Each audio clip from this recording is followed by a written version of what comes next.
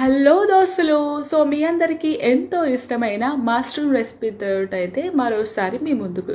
But ఈసారి అయితే non veg తినలేని టైంలో మరి నాన్ వెజ్ తినాలి అని అనిపిస్తుంది అన్నప్పుడు ఈ మష్రూమ్స్ని ఈ విధంగా ప్రిపేర్ చేసుకుంటే అచ్చం నాన్ వెజ్ తిన్నట్టే ఉంటుంది. అంత బాగుంటుంది ఈ మష్రూమ్ రెసిపీ. ఇంకా లేట్ చేయకుండా అయితే ఇంకా మష్రూమ్ రెసిపీని అయితే స్టార్ట్ చేయాలి. మరి స్టార్ట్ చేయాలంటే మనం వెళ్ళాలి మస్తుగా ఉందిగా మన వంట ఛానల్లోకి. సో ఇంకా ఒక్క సెకండ్ కూడా లేట్ చేయకుండా మరి వచ్చేయండి మన ఛానల్లోకి, మంచిగా చేసుకుందాం. ఇంకా లేట్ ఎందుకు, లెట్స్ స్టార్ట్. ముందుగా అయితే స్టవ్ మీద ఒక వెడల్పాటి ప్యాన్ పెట్టేసేయాలి. అందులో 3 టేబుల్ స్పూన్ వరకు అయితే ఆయిల్ వేసేయాలి. దీంట్లోకి ఇప్పుడు గ్రీన్ చిల్లీ, జీలకర్ర, ఆవాలు, అదేవిధంగా కొన్ని మసాలా మొగ్గలు, స్టార్ అనీస్, జాపత్రి, cloves, black cardamom, green cardamom, cinnamon sticks. So ఈ విధంగా మసాలా మొగ్గలు వేసేసి కొంచెం లైట్గా వేగాలి. వేగిన వెంటనే ఇక్కడ నేను ఒక 7 ఉల్లిపాయలని చిన్న ముక్కలుగా కట్ చేసి వేసేసుకున్నాను. అందులోకి 3 టమాటాలను చిన్న చిన్న ముక్కలుగా కట్ చేసుకొని వేసుకొని చక్కగా మనం దగ్గరగా అయ్యేదాకా అంటే వేగేదాకా మనం వేగించుకుందాం. సో ఇప్పుడు ఉల్లిపాయలు, టమాటాలు వేగిన తర్వాత ఇందులోకి 1/2 టేబుల్ స్పూన్ వరకు జింజర్ గార్లిక్ పేస్ట్ని కూడా వేసి చక్కగా వేగించుకుందాం.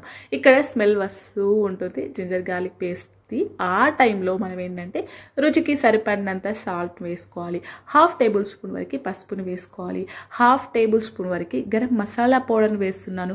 1 టేబుల్ స్పూన్ వరకు చికెన్ మసాలా పౌడర్ని వేస్తున్నాను. అదేవిధంగా 1/2 టేబుల్ స్పూన్ వరకు ధనియాల పౌడర్, జీలకర్ర పౌడర్ ఉంటుంది కదా, ఆ 2 కాంబినేషన్ మిక్సింగ్ పౌడర్ కూడా వేస్తున్నాను. ఇక్కడ 2 టేబుల్ స్పూన్ వరకు కారంని కూడా వేసుకొని చక్కగా ఒకసారి కలిపేసి ఇందులోకి 1 గ్లాస్ వరకు వాటర్ని యాడ్ చేసేసి కొంచెం తిప్పాలి. సో ఇలా కలుపుతూ ఉండాలి. ఇలా కలుపుతున్న ప్రాసెస్లో దీంట్లోకి అయితే ఇప్పుడు మనం కొంచెం కొత్తిమీర ఉంటుంది కదా, సో ఆ కొత్తిమీరని అయితే ఇక్కడ కట్ చేసుకొని కొంచెం జల్లుకొని మంచిగా మళ్ళీ ఒకసారి చక్కగా కలిపేసుకోవాలి. ఒక 5 మినిట్స్ ఇట్లా కుక్ చేసుకోవాలి వాటర్ తోటి. వన్స్ ఇలా కొంచెం వాటర్ మసులుతూ ఉంటాయి అండ్ మసులుతూ ఉన్న ప్రాసెస్లో మనం ఇప్పుడు ఏం చేస్తామంటే నేను ఆల్రెడీ మష్రూమ్స్ని 2 ప్యాకెట్స్ తీసుకున్నాను. మంచిగా శుభ్రంగా క్లీన్ చేసుకొని మష్రూమ్లని ఈ విధంగా ముక్కలుగా కట్ చేసేసుకొని ఇందులోకి యాడ్ చేసేసి మంచిగా ఒకసారి పూర్తిగా కలిపేసుకుందాం. ఇప్పుడు మనము దీనిపైన మనం మూత పెట్టేసి ఒక 15 నిమిషాల పాటు మీడియం ఫ్లేమ్ని మెయింటైన్ చేస్తూ కుక్ చేసుకోండి. అద్భుతమైన మష్రూమ్ రెసిపీ అయితే మీ ముందు ఉంటుంది. అంత టేస్టీగా ఉంటుంది.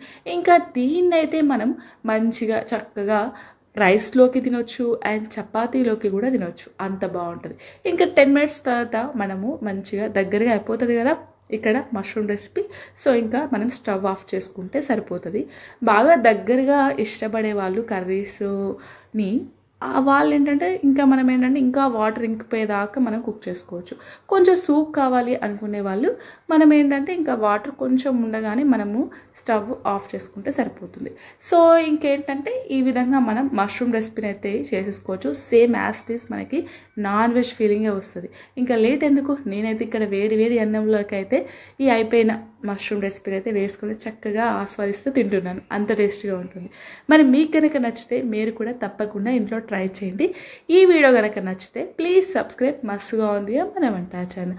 అదేవిధంగా share and like this channel. Thank you so much and enjoy this recipe. Bye bye.